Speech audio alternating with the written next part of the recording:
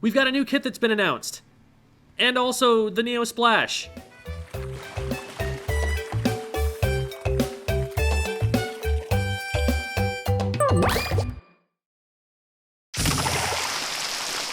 I really don't see where they're going with Suction Bomb, Tri-Strike, Neo Splash here.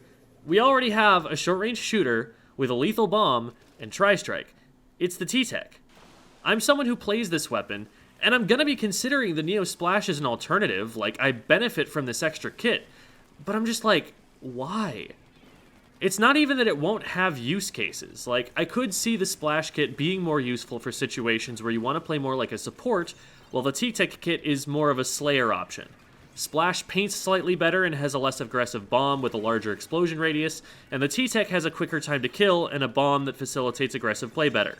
There is nuance there, just like there was with the NZAP 89 and the Kensa Splattershot I had to choose between in Splatoon 2. But even as someone equipped to take advantage of that nuanced decision, I would have preferred something that added more variety to the game, because I already had access to a very, very similar playstyle. In Splatoon 2, I barely ever played the NZAP 89, except on a map or two, and the K-Shot wouldn't have felt so much different that it deserved to take up another one of the precious slots for kits given to each of the main weapons. T-Tech has a role in high-level Splatoon, but now if someone opts for the Splash version of it instead, people will look up at the top of the screen and see 3 Splash-O-Matics instead of 2, even though the player is using pretty much the same playstyle as the T-Tech had. And with all the stigma around the triple Splash comp right now, that can't be good for optics for the casual scene. One of the kits from Splatoon 2 had Inkjet, and man, if this had Inkjet instead of Tri-Strike, maybe throw out a Splat Bomb instead, I would drop everything and main it, even though it's worse on paper than what I already play. An early version of Splash that we saw in the trailers has a Zipcaster, which would have been so cool. It would be the first shooter to get that special. These are different playstyles that aren't in the game right now, that they could have given us access to if they'd just given this weapon a different special. So this one's kind of a bummer overall, even though this weapon will be quite good and we will probably see it from time to time in high-level play. For me, the Jet Squelcher kit is pretty mid, but more in a, okay, that's fine, sort of way, than a meh sort of way. They didn't give it missiles, thank the Squid gods, and the special it got is a pretty good fit. Inkstorm is a support special that has a solid impact but isn't overwhelming since you can't charge another one until the full duration of the special is over. And it's a very long-lasting special, so that is a pretty long wait to be able to start charging another one. Jet will still be able to farm a solid number of these, being a great weapon at painting for special, but it will also have to move forward and play for fights because it won't be getting that special often enough for that to be impactful by itself, like it was when it had Stingray or missiles in Splatoon 2. Toxic Mist is pretty weak for it, giving it no extra damage to combo with its low damage shots, so its kill time is very weak and it's going to have to be pretty disciplined with its positioning to stay safe. It also has no real answer to chargers aside from throwing an Inkstorm and waiting 4 seconds for it to slowly work its way over to the sniper nest, so against E-Leaders and Zekofin chargers, it's going to have to be very careful what angles it plays. That's not to say the Toxic Mist is useless.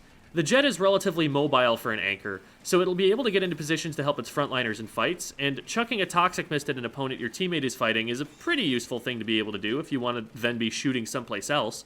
It can also be used in a pinch for vision, since it'll reveal players sharking underneath it, so it's not the worst way to check for flanks.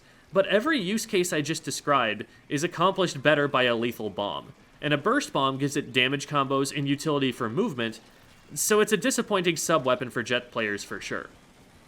I can't feel too bad for Jet Squelcher enjoyers right now, because their current kit is one of the worst possible kits in the game.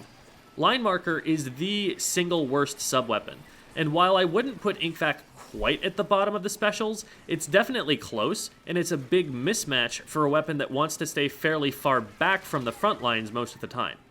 Compared to that disaster of a kit, this is definitely an upgrade, and I do think we'll see more of these popping up here and there, at least in solo queue. Thing is, this weapon now competes for the role of anchor with an Inkstorm with the Explosher, and the Explo is definitely the winner for that niche with comparable paint, the ability to hit up over ledges to take full advantage of its point sensor and challenge backliners that outrange it, and better stopping power. So I don't see this Jet Squelcher kit being used often at all in top-level competitive play. We now know everything but the kits for the Sploosh and the Tri-Slosher. Those main weapons have tended to be more niche picks, but both have also had some time in the sun in Splatoon 2 metas with the Vanilla Tri kit and the Sploosh 7 kit. If they give the Sploosh a Splat Bomb and a special that isn't mismatched, it could see some play, and Tri-Slosher could well become a meta pick again if the kit helps it out enough and Crab is toned down enough in the patch notes. Only time will tell, and probably not that much time. The most exciting thing for me at this point, though, is the patch notes. They've got to stop Crab meta, or it's 6 more weeks of winter, as the Groundhogs would say. If they do shuck the Crab, it's a brave new world of competitive Splatoon for us to explore, and I am excited to dig into it.